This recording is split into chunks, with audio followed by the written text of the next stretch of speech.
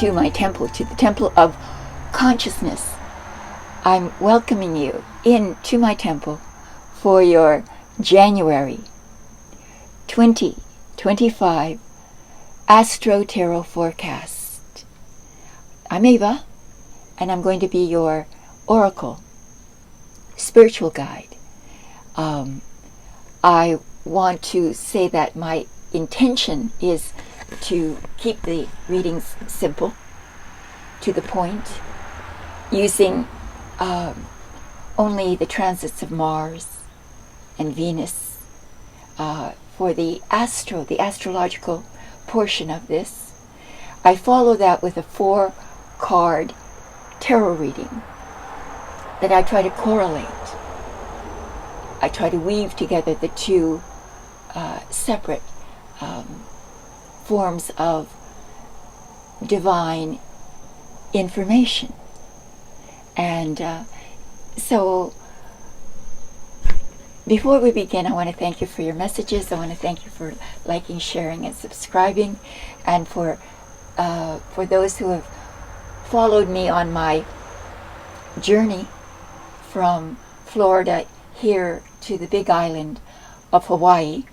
I left Florida on the 30th of October, immediately following the 2 devastating hurricanes, which changed my life completely and brought me here.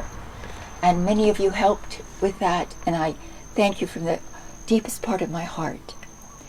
Before we begin, I'm going to say that I'm going to do an update as to the latest news concerning what I'm going to do, where I'm going to live, and how I'm going to bring yoga as well as the tarot to you from a beautiful eco yoga retreat not too far from here.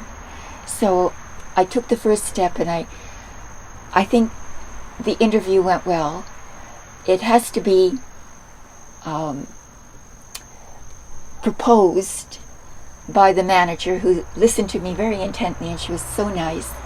And we talked for about 2 hours, and I relayed to her what my contribution could be, and she's going to relay that to the owner of the retreat.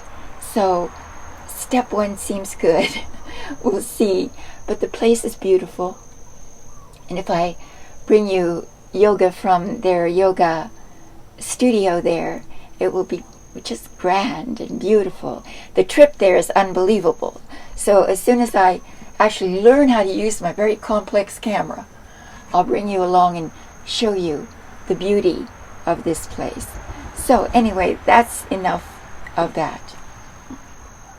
Let's begin your reading, Leo. We again follow the transits of Mars and Venus. Mars being the planet of self-empowerment, really. Energy, intensity, initiative energy. And Venus is the symbol of peace, love, compassion, unconditional affection. And it even stands for money. The idea being what you value, where you put your worth. So this month, Mars is transiting briefly into your sign. So that will be in your first house when that happens. But it is very brief. It goes right back into, it retrogrades into Cancer. And for you, if we look at your sign, you're Leo, and the next sign would be Virgo, and after that would be Libra, Scorpio, Sagittarius, Capricorn, Aquarius, Pisces, Aries, Taurus, Gemini, Cancer. Cancer's your 12th house. This is the house of what's hidden, what you can't see at the surface. And this could apply to your feelings, to your genuine emotions. Maybe you're hiding. Maybe there is something that you're hiding. Or maybe somebody is hiding something from you. It's a month of uncovering the hidden.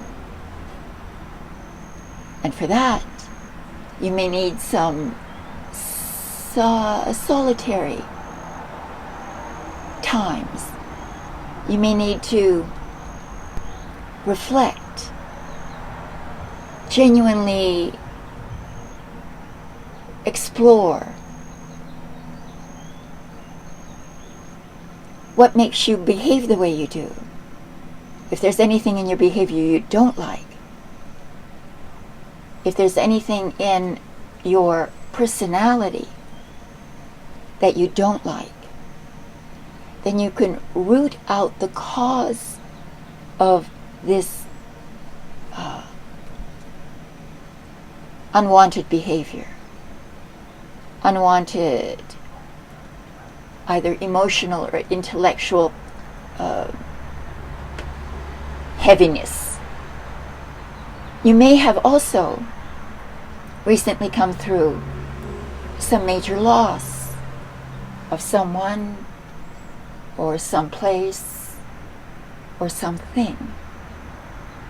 And this is a return to that, a kind of re-examination, a reassessment, a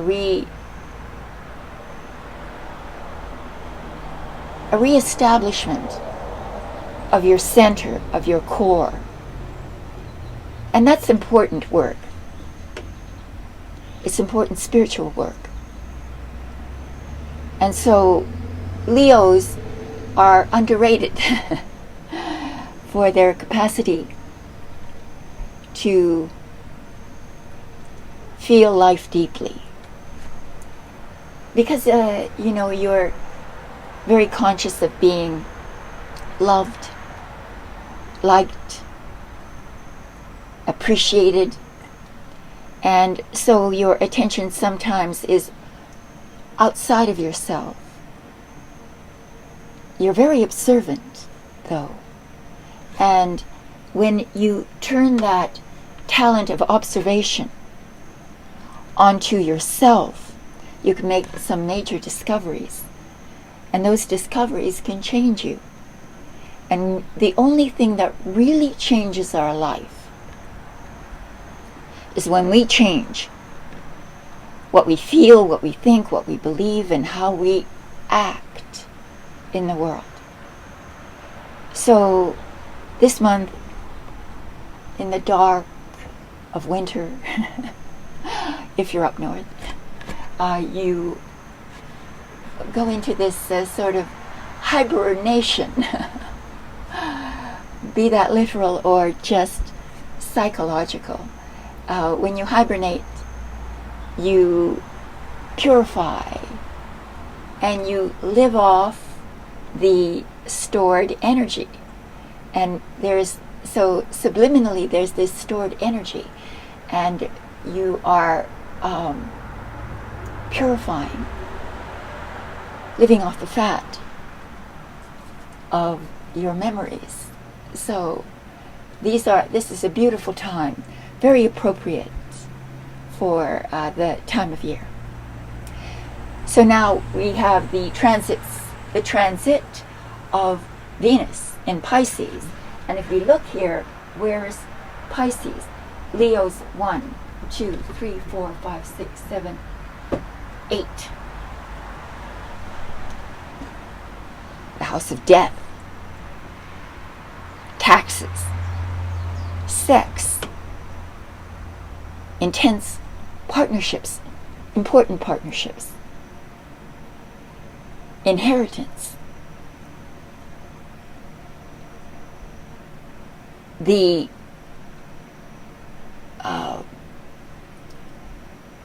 staying in balance with the social order, governmental, judicial, so keeping everything in line. We have Venus, the symbol of love, peace, harmony, compassion, right there in that house. So your partnerships should improve. If you're inheriting, it should make you feel loved, protected, and supported. This is joint finances as well. A coming together and doing something out of love, perhaps, or that benefit you emotionally, increase your security. This intensifies partnerships for sure, and it does intensify your sex life immensely. So if you have a partner, keep that in mind. It's a month where you're able to share what pleases you with a partner. And if it's not a romantic partner, it could be a shared holiday, a shared meal, a shared occasion. So a myriad of possibilities are here, but they're all pleasant. And then the month is, you're cradled in the arms of your angels, who are helping you, maybe even financially. Your investments, your resources are replenished, and you are replenished with this deep dive into the subterranean labyrinth of your subconscious, swimming around down there and cleaning out the debris. So to make it easier for you to express your love and compassion within your partnerships and intense relationships, and in your overall self-development. This is self-love too. So that said, let's move on to your tarot forecast. So welcome to your tarot reading now. Here, let me put that up just a bit. That would help, yeah. The tarot portion of this forecast. This is a 4-card spread. And again, it's relevant to you if your sun sign, your moon sign, or your rising sign is Leo. And this is a 4-card spread, making things very simple. And the first card represents the overall mood or energy of the month. And the second card is your challenge. The third card is the unexpected. And the fourth represents the outcome. So let me shuffle a bit, and this is where I ask you for your help in that, to support these readings and to support this incredibly difficult transition I'm undergoing. I ask you for your support, and if it could be direct through a love donation, there'll be a link below, or if you could avail yourself of one of my readings, and they range anywhere from 25 to 125, depending on how much time I need to devote. And there's even a phone reading that will bring you and me together over the phone. I often use the tarot in these readings, but I can also use astrology, but my intuition is the most strong when I have your voice on the other end of the line. So it's in my shop, which is in Grand Central, healing.com. All right, now we can begin. What I do is I cut, and then we begin. Again, the first card represents the overall mood or energy of the month of January. By the way, if I didn't say it, Happy New Year. In that position, we have the 7 of Wands. Now look at him. He does look like he's defending himself, doesn't he? He's on top of a hill, and there are raised wands in a sort of mood of attack. This is called valor. Valor is courage. Courage in the face of opposition. Courage in the face of competition. Strength, self-belief, determination, perseverance, tenacity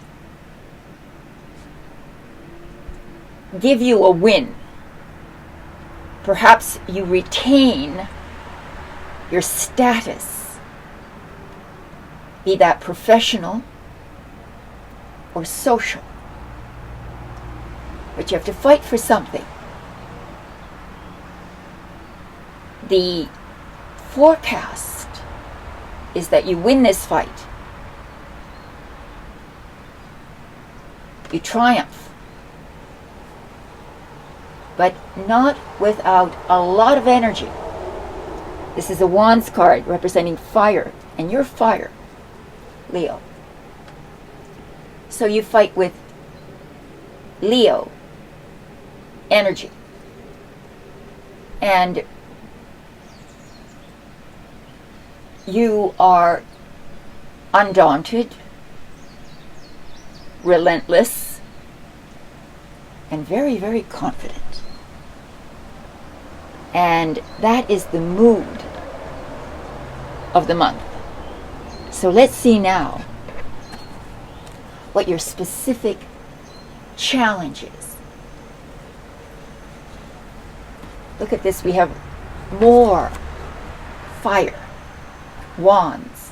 Your challenge is the 2 of Wands.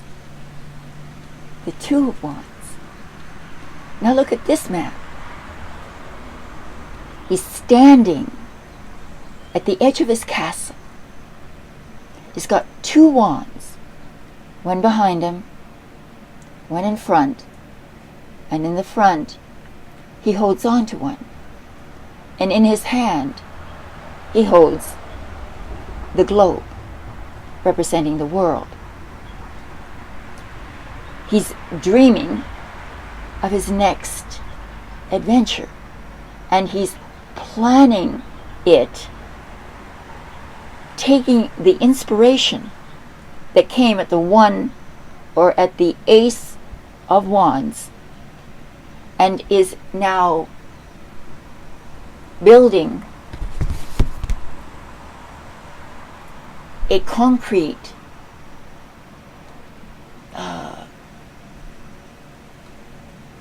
a plan that has the possibility, the probability of succeeding. So you've got Mars retrograde Cancer in the 12th, giving you this urge for self-reflection. And this gentleman is also self-reflective. He may have a very important choice to make coming up. 2 people, 2 options, 2 opportunities, 2 circumstances. He must choose. And as he reflects on this choice, do I go left, do I go right? At that crossroad, you go deep into the subject, and the way that you make a plan is you test a few ideas and concepts mentally and play them out linearly through time in your mind to see what the consequences would be if you did A or B, or if you chose a set of events as opposed to another. So you run this through your mind several times, carefully choosing the path that's most likely to manifest your desire, your goal. So you spend time self-reflecting again. That's your challenge. So let's see what's in the position of the unexpected. More fire. More fire. Yes, indeed. We have that inspiration. Unexpected. The Ace of Wands. It's also a very sexy card, by the way. And the 8th house is the house of sex. So it could be the initiation of a very intense relationship. It could be. Or an intense artistic project. Or an intense work project. Business idea. But the Ace is the beginning. So it gives you a fresh start in your career, in your work, in your love affairs. If you've been married all your life, that love affair. So everything is given a sort of an inoculation of this powerful energy. So to awaken you to the idea to become incentivized, to become enthusiastic, to become excited, so that you want to act. So you want to get yourself out of the plan and take a step into action. Unexpectedly, you do so. And maybe even impulsively. Sort of, okay, I get it now, I know what to do, so let's go out and just do it. That's what might be unexpected. But it's very romantic, very high-charged energy. So let's see how it ends. Whoa. Whoa. At the end, death. Not yours, hopefully. No. Or anyone you know, but death is one of the most spiritual cards in the entire deck. People are a little afraid of it. But I call it the butterfly card because it reminds me of the stages of the butterfly. And remember, we have Mars in your 12th. And we have a card of reflection in the midst of conflict, perhaps, or competition. And in that environment, you carve out a place of solitude where you can reflect and make your choice carefully. And that choice then leads to the the caterpillar emerging from its chrysalis and spreading its wings and flying into a whole new world. Death. And remember, we have the ace. Let me find it just a moment. Here we have the ace, the beginning and the end. The end and the beginning. An unexpected new beginning, a sudden ending. This is sudden, but this is sudden too. Within the energy of the death card is a feeling of karmic immediacy, where your karma is paid. And in the paying of that debt, a whole new world opens up. So, harkening back to the eighth house of death, taxes, inheritance, it could very well be about your inheritance. What you value, what has value for you, or your partnerships and your partner's resources, and perhaps a new era in your partnership, a new epoch, a new dimension in your partnership. Maybe your investments also bring about a sudden change, a death of the old and the birth of the new. That is your forecast for January 2025. Thank you very much, Leo, for your support, and I'd love it if you could purchase a reading from me and help me in this transition. Thank you, and I will see you next month. All my love. Namaste.